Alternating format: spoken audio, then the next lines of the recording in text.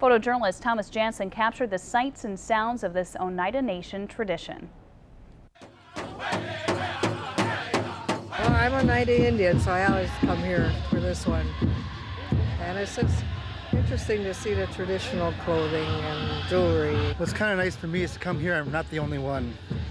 Surrounded by people just like me. I'm Oneida myself too. I've been coming for decades. This is the second year. Oh, as far as I can remember. What's your favorite part about it? The food, fried bread, and Indian tacos, and you name it. Everything's so good. For the food, Indian tacos, girls. Yeah, that's what POW is about. Came here just to participate in the event, dancing, singing, smoke dance. It's really fast paced. It's, I don't know, kind of showboaty, I guess. Kind of practice and show off your moves that you learned over the summer. First time smoke dancing. I'm really excited and nervous, and I don't want to slip again. I slipped yesterday. At this year's celebration. Good to get back here and to hear the music, smell the smells, and see the people. It's just real fun. This is a good feeling, have fun, you know. It's really fun, walk around, meet old friends, make new ones, come dance. Because it's Oneida, it's Iroquois. It's what we are. Kinship, not just physical, but when you hear everything and smell everything, it's just sort of a spiritual kinship you feel, which is very nice.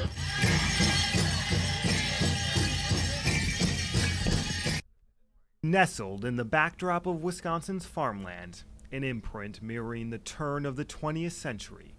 When a family of German immigrants descended to the town of Chase, farming was the way, and the 60 by 100 foot fieldstone barn was their prized possession. So these seriously came from the farm field?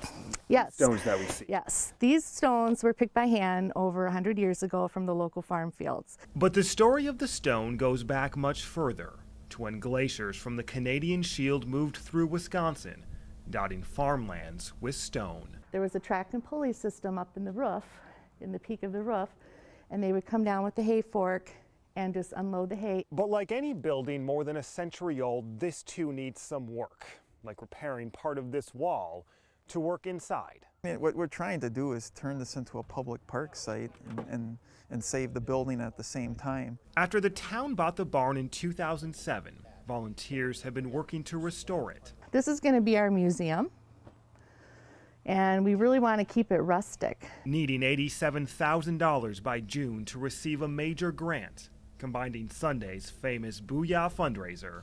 We get the kettles going, get the chicken going, and as I say, it's one ingredient at a time. With major donations, already $200,000 has been raised to protect the stones of our past. This isn't just about preserving an old barn. This is about preserving a piece of Wisconsin history. Matt Smith, Action 2 News, Town of Chase.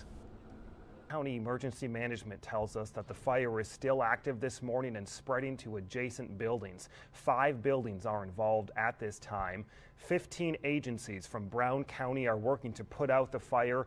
8 out-of-county agencies are also on scene to assist. We're told 40 people have been displaced. We're told the Red Cross is assisting them and firefighters at this time. Nikki Junowitz is live on the scene for us this morning following these developments. Nikki. Hey Matt, after 8 hours of trying to put out this fire, fire officials are telling me they're finally starting to make some progress. As you can see behind me, the smoke now is white. Earlier they were seeing a thick black smoke, which is definitely a good sign. I'm actually joined now by Lieutenant Nick Craig. Tell me, what are some of the challenges in trying to put out a fire of this magnitude?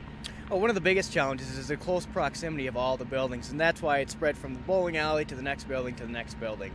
The other challenge that we've been facing here today is if you take a look behind us, you see big water tanks on the ground. Pulaski has fire hydrants. They initially hooked to those fire hydrants for a water supply and overwhelmed the city's water system, so they had to switch to the tender operations to get that water on that fire.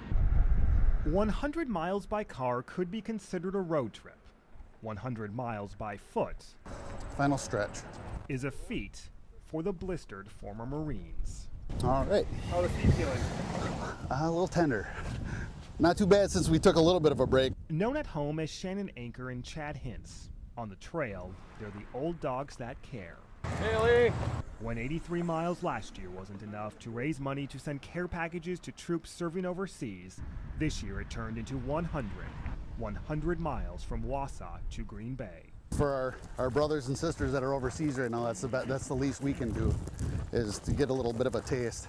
And then in the process, help them out some. The 12 to 18 hours a day walking since Thursday. So we've been camping along the trail the whole way. Leaves bruised feet, yet tender hearts. As the final journey is no longer measured in miles. You get that pride involved, and it's like, hey, I see the statue, and I'm not stopping until I hit it. Measured now in the number of care packages they can send. If anybody can send anything to you to help, it helps tremendously.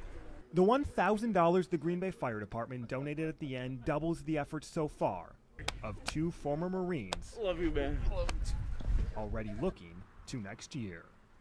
Matt Smith, Action 2 News, Yep. Green Bay.